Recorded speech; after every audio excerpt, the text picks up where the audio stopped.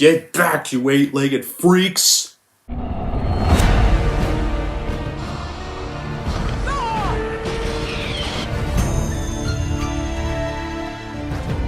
are up, and they did. More smarts, and my...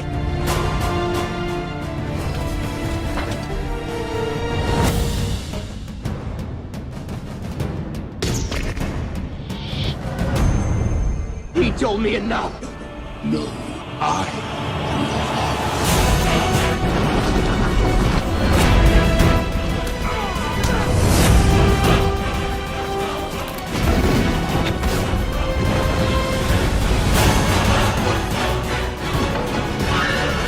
Here's Chuck.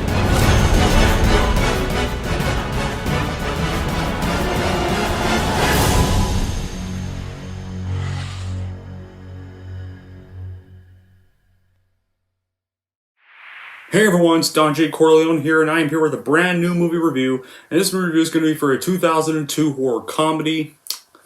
And it was one that was not a huge success when it came out, but has gotten some better praise over the years. And it was probably known as the very last one to feature giant insects. And the biggest fear being spiders. And that film is going to be for none other than July 2002's Eight-Legged Freaks, which was ironically produced by the very guys who did Independence Day and Godzilla in 1998. Yeah, this came out in July 2002 and not very well received at the time and didn't make a profit at the box office, but it's gone on to become a bit of a cult hit over the years and some better appreciated movie over the years. So anyway, what's the plot is? Well, after a long absence, Chris McCormick returns to his quiet hometown of Prosperity, Arizona to reopen his late father's mines. However, a chemical spill and lethal toxic waste have created an unstoppable army of giant spiders who prey on the unsuspecting locals, turning Prosperity into an endless buffet. Now it's up to Chris, Sheriff Sam Parker, her son Mike, Sam's plucky daughter Ashley, the conspiracy theorist Harlan, and a handful of survivors to stop the hairy menaces and save the town.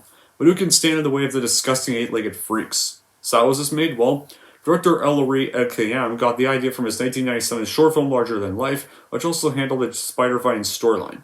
And the film was originally titled Iraq Attack, under which it was released in some parts of Europe and other countries around the world, but the similarity to Iraq Attack made the title seem inappropriate so near the start of the Iraq War. So the title Eight-Legged Freaks was used instead because it was a line that Ark had ad-libbed in the movie Get Back, You Eight-Legged Freaks. And the core film was, of course, dedicated to the memory of several people, which was Louis Arquette, the father of David Arquette, who died in 2001 from heart failure, and Don Devlin and Tyler Surratt, the parents of producer Dean Devlin, who died of lung cancer in 2000 and 2001, respectively. And while Prosperity is a fictional town in Arizona, the film was actually shot in various locations in the slate, and the scenes inside the property mall were actually shot at Manistee Town Center, a closed mall in Glendale, Arizona. The mall was demolished a year after shooting was completed and redeveloped. The demolition was featured in the film as a consequence of the tunnel's methane gas explosion.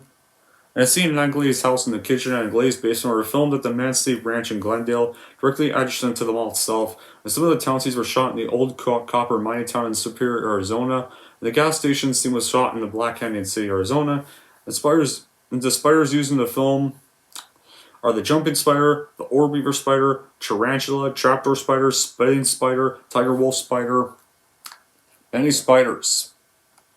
And originally, the beginning was going to be an extended version in which Harlan does a broadcast promoting the mall, which a worker at the mall sees Wade having the toxic waste put in the basement. And originally was going with the ending after the mines blew up, the townsfolk would walk down a road to get help, and they met up with Pete and Harlan who were walking through the desert, but Pete trying to convince Harlan that spiders were not aliens. And then Sam and Chris would have a kissing scene, kiss as the scene ends. And eventually, once the marketing finally happened, the teaser trailer would be released in October 2001, and it would be shown before screenings of 13 Ghosts, Scooby-Doo, and Queen of the Damned during those movies' releases. And it was originally going to be released on March 15th, but the date was moved up to July 17th because of competition of, believe it or not, Ice Age. So after all that, though, the film would go on to be released in July 2002, and got mixed reviews from critics, and made a pretty lousy $45 million worldwide on a $30 million budget.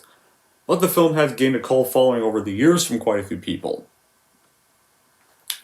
Now, as for my reaction, I remember first seeing this movie in 4th grade, and while I didn't remember much of it at the time, I really loved it. But then I rewatched it again, and I still loved it last night. Yeah, it has a stupid concept, but much like Anaconda and Lake Placid and those other monster films that came out around this time, it's a lot of fun to watch, and it does not take itself seriously and requires you to turn off your brain in order for people to enjoy it. With a likable cast and a whole slew of impressive special effects, Eight-Legged Freaks is an affectionate tribute to the B-movie monster fest of the 50s. Implanting tone firmly and chic, and writer-director Ella Ray Al-Qayyam delivered an action-packed, thriller-minute movie that will have an agoraphobe squirming in their seats, though, and but other people will definitely have a blast watching this.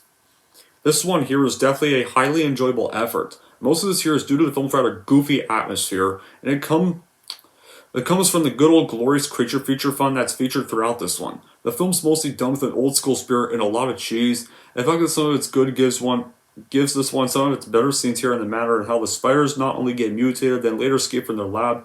They're running around the outskirts of town grabbing animals, and the rather fun encounters there. They're running around the outskirts of town grabbing animals, and the rather fun encounters where the creatures hit the different home of the residents. These here are balanced out incredibly well by the film's other high-impact style of action here, with the genuinely exciting and thrilling creatures jumping onto the bikers and the really frantic chase that emerges from the scene, and families charging the town that goes from the spider's appearance at their house, and the gunfight to get away, as well as arriving in town itself, which was kind of cheesy. Action-packed goodness found in most monster movies where the creatures rampage across the city, attacking townspeople in great attacks or surprise shock scenes, and a huge extended sequence leading into even more thrilling action afterwards. There's a lot of great work here, and the spiders coming inside to get them forcibly a wholly exciting series of action scenes inside the mall. And down underground, which really goes for the grand extended scenes of the group trying to get through the massive cobweb tunnels into the spiders chasing them, and leading to the last big attempt at finishing them off, which really works quite well in this uniqueness and explosive action. And it features a lot of action that makes for a fun time, and lots of the cheesy antics give this one a lot to really like. And the director even spent just the correct amount of time desensitizing the audience before he cut louse with the "that's just too funny to be scary" stuff.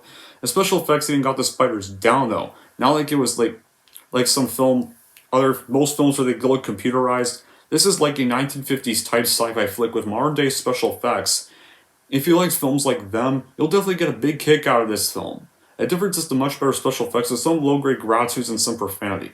The characters are dumb, but yeah, they're dumb in some 50s monster movies too.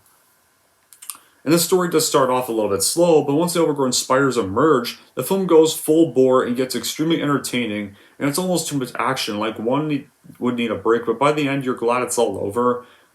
While I do wish they kind of chopped 5 to 10 minutes of this, it would have been slightly better, but is it scientifically accurate? Hell no! Is it great drama? Absolutely not. Is it Academy Award-worthy material? Definitely not. Is it fun? You bet. Part of the fun of this movie is that it isn't trying to educate anybody about the environment, the ozone layer, global warming, or terrorist attacks. If you think about it, how this movie got made, if you took the story of Gremlins, another great 80s comedy film, horror film, with the way of Tarantula, it's the most obvious in how the film treats its threats. Like the giant spiders at Eight-Legged Freaks are unrocketed goofballs. They're kind of like if the Gremlins were spiders. And CGI is clearly dated, but the animators and special effect guys made sure the spiders had personality. Like they mumble, shriek, and grumble like killer tomatoes. The vocalizations are intentionally exaggerated and cartoonish. On 2 separate occasions, dying spiders get dragged behind moving cars, and one grumbles in frustration after taking a bite out of a stuffed moose, and another jumps flat into a closed window. But then one spider breaks that window, one spider outboxes a boxer, another cheers on his brothers as they rush the mall. One slides down a rope, screaming the whole way. A shot spider swings on a thread, dousing his pals with green spider goop or spider blood. One of the best spider gigs involves a sneaky tent, and even diehard anarchrophobe is more likely to laugh than scream at half this movie.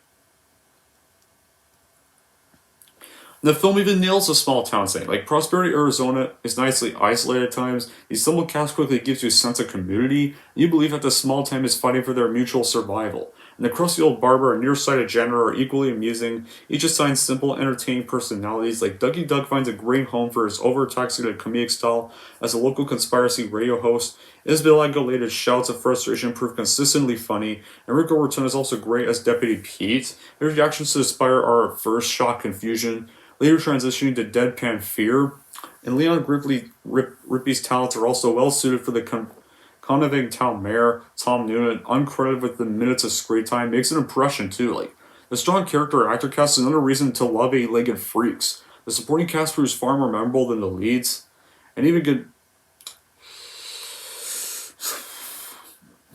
And yeah, like, and yeah.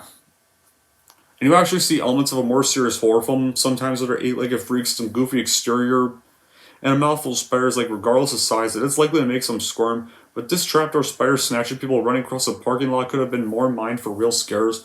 But the biggest action set piece in the film is the jumping spiders going after the kids on dirt bikes. Like, the dirt bike chase with the spiders is probably the most epic scene of the movie, easily. And definitely one of the best horror sequences. Like, you have these douchey biker guys just outrunning these giant jumping spiders in the desert. It kind of feels like a good throwback to some of the jet fight scenes with Independence Day. Except Independence Day was spiders.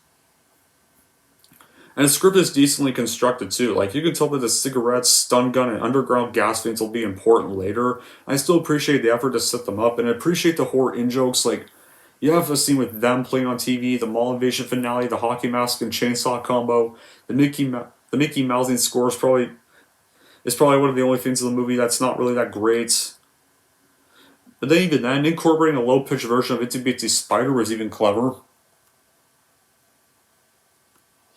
And there's some other scenes I do remember pretty well. Like, one of the best is when the female spider stabs someone with the poker, began feasting on their blood while the webbed-up person was still squirming. It's definitely appallingly creepy at times, and yet extremely effective in the quality of the effects, and did well in generating some decent response. And then they end up in a mall, and the townspeople in a mall, and they start battling all the spiders too. And I do love some of the lead characters too. You have David Arquette, who plays this guy named Chris McCormick, who's this owner of the mimes. He has to team up with these townsfolk who manage to avoid becoming reducing Sheriff Samantha Parker, her moody daughter Ashley, and her geeky son Mike.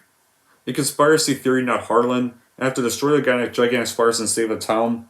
And all these characters do get some great development when they kind of have to overcome their differences and spy for one another, to have to come together to defeat the spiders and save their town.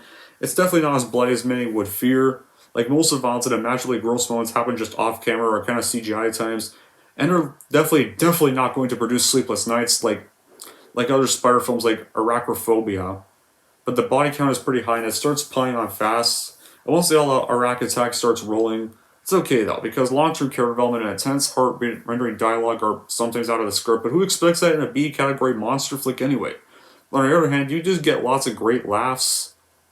Like the cat fight, it seems sad, but it can be the cat fight is kind of a little bit funny because it's kind of fighting a spider in the drywall. And one can simply lean back and enjoy the ensuing mayhem and carnage and sweet prosperity. Expect people and spiders to literally die great numbers in many interesting and surprising ways with this film. But, however, does this movie have bad qualities? Of course it does. So I can agree with some bad qualities of the film. Like, first, ELV has the minor problem of too few heroes to root for, or Eight-Legged Freaks for short. David Arquette is a decent protagonist in this, but he falls kind of appallingly short as the hero protagonist here. And the less known Kari Walher is sometimes better, but does get neither enough room nor heroic opportunities, and the rest of the cast simply features no one to really cheer on either. They're decent characters, but they do get some good character development, but there's not really much to cheer on in this film. And second, the final spider end mob, the Black Widow spider, she is simply just not scary convincing enough. Like, none of the spiders are scary convincing in this film, and I don't think they're meant to be. And now to comment on the less than exciting and slightly illogical way of her dispatching. Like, combustion engines, like, once more gets repeated. Combustion engines, like, frankly, some more money and script working should have been spent on this sequence had it been available. it probably would have been. But besides this, like, the movie is still utterly enjoyable to treat if one does like monster movies and all. As a horror movie, it can be definitely better. It's still definitely better than a majority of the abysmal Scream pop movies that were plaguing the early 2000s when this movie came out, when almost every other horror film wanted to be Scream. Thankfully, this movie was not trying to be Scream. It's kind of like a throwback to the 1950s Spire horror movies. Here with a bit of elements from Gremlins thrown in. So yeah, despite some little nitpicks, Eight-Legged Freaks is a very good throwback to the 1950s era monster movies and one of the last few good creature features to actually come out. So, in the end, I definitely would still watch and buy Eight-Legged Freaks if you love 1950s monster movies and want to see something like that in the 2000s, and a great throwback to those kind of movies without a doubt, and just some dumb, fun, giant spider massacring fun.